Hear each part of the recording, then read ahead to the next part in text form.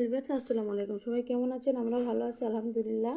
সবাইকে শুভ সকাল। আজকে সকালে দেখাবো যে কলার মোচা, সহজ পদ্ধতিতে কলার মোচা পরিষ্কার করার উপায়। এভাবে আপনার প্রথমে হাতে তেল মাখিয়ে নেবেন, নিয়ে এবার কলার মোচার ভিতরে খোসাটা ফেলে দেবেন, দিয়ে এই কলার মোচাগুলো বের করে নেবেন, নিয়ে মাঝখানে একটা একটা করে ধরে মাঝখানের যে ময়লাটা আছে এটা ফেলে দেবেন। আর এটা না ফেললে তিতে লাগে, এই জন্য এটা ফেলতে হয়। ফেললে আর কলার মোচা আমাদের শরীরের জন্য খুবই উপকার।